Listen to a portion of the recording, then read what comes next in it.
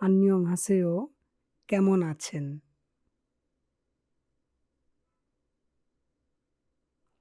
저, 저는 আমি 입니다. হই, হলো, হলাম, হলেন। সারাম মানুষ।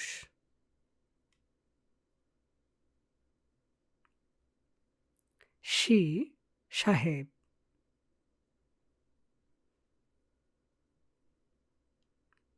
নুগু কে বা কার। ইনসা সালাম বা সম্মান। হ্যাসোয়ো করেছে বা করেছি। অনু অর্থ কোন।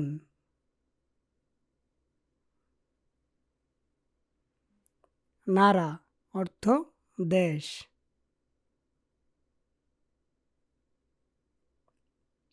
ইগোসুন এটা বা এটি।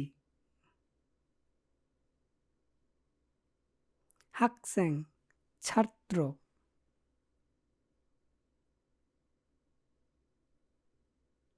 ইমনিকা এটা প্রশ্ন করার ক্ষেত্রে ব্যবহার হয়। আনিও না।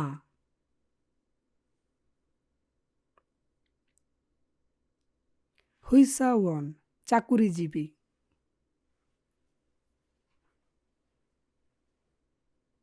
জিগব পেশা।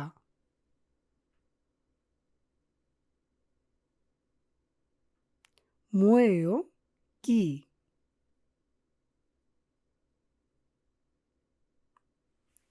হানগুক অর্থ কোরিয়া।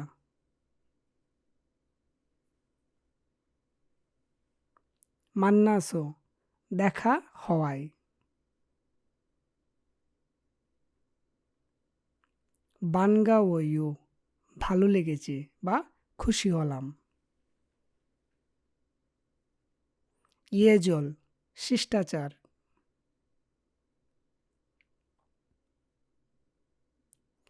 জাসিন অর্থ নিজ।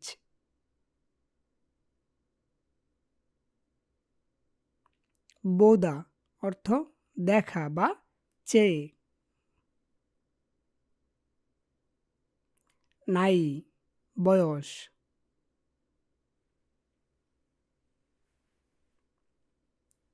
জিউই অবস্থা বা পদ। নুফুন উচ্চ বা উপর। ছৌম প্রথম।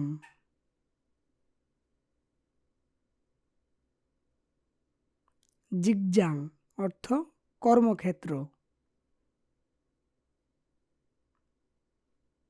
দোংরিও অর্থ সহকর্মী।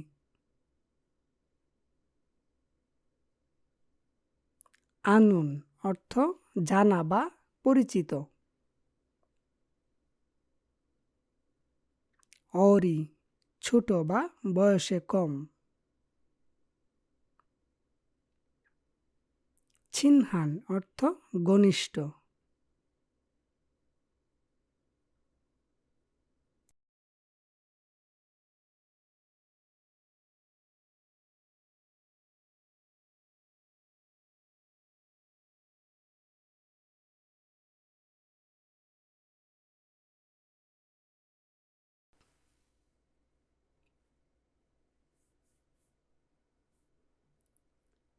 তো আমরা এখন ইমনিদা এর ব্যবহার দেখব।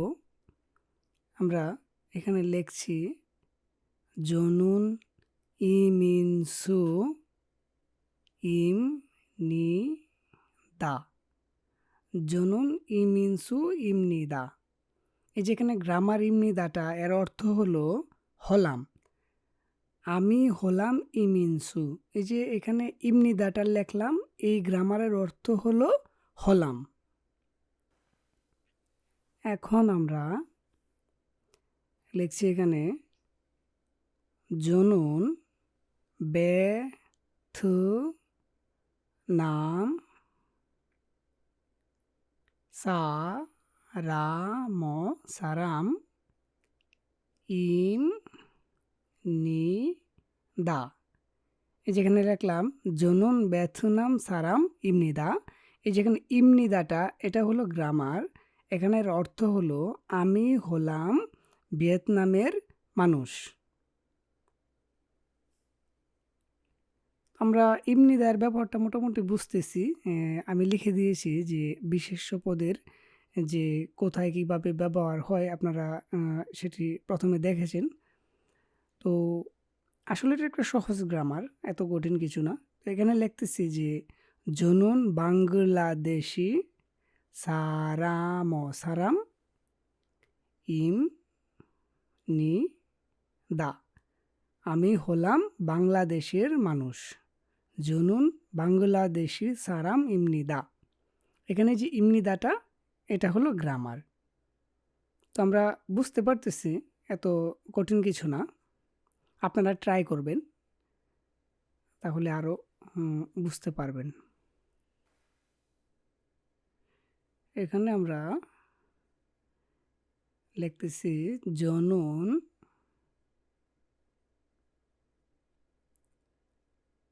দীপু ইমনিদা।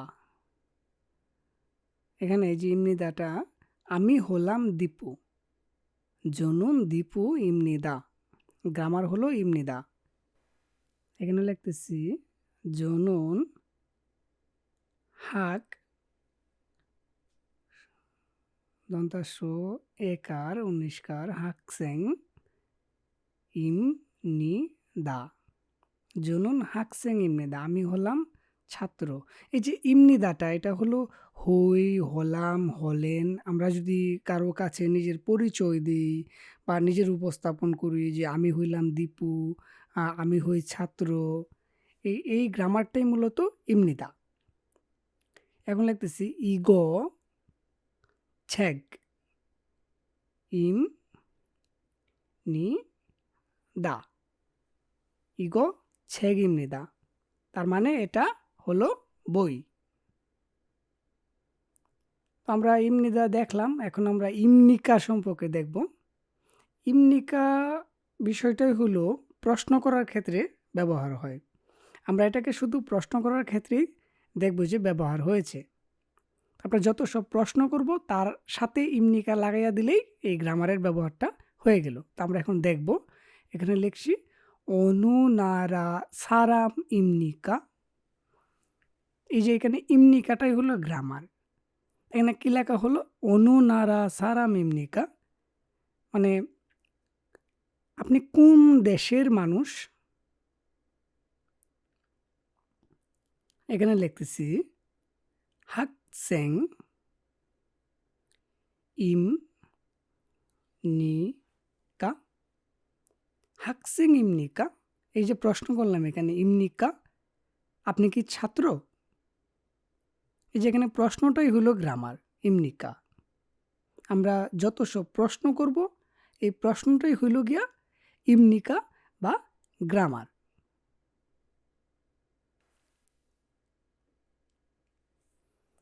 আপনারা একটু ট্রাই করবেন, ট্রাই করলেই আশা করি বুঝতে পারবেন। অধ্যায় নাম্বার 6 যে দুইটা সিম্পল গ্রামার দেওয়া আছে, এটা আসলেই সহজ একটা গ্রামার, ইমনিদা আর ইমনিকা। তো এখানে আমরা লিখতেছি ইরুমি মু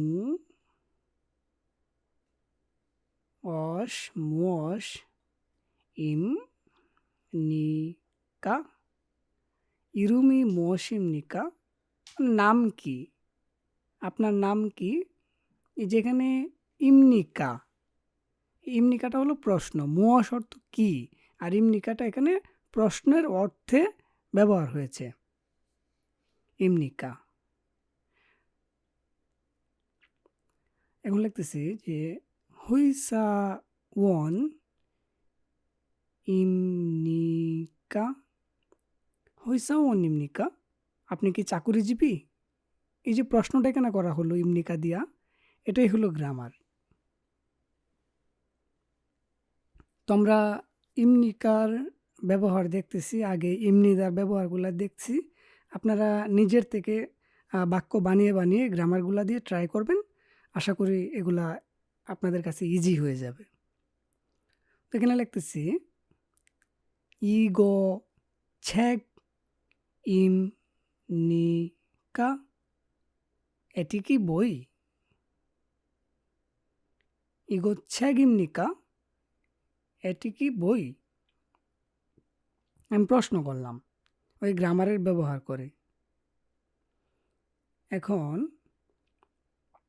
লিখছি 여기가 사무실입니까?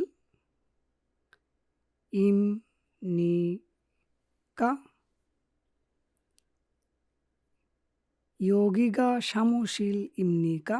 মানে এখানে কি সামুসিল বা এই জায়গাটা কি অফিস?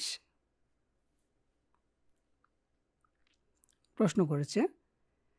তো এখানে লিখতেছি যে 여기 어디입니까?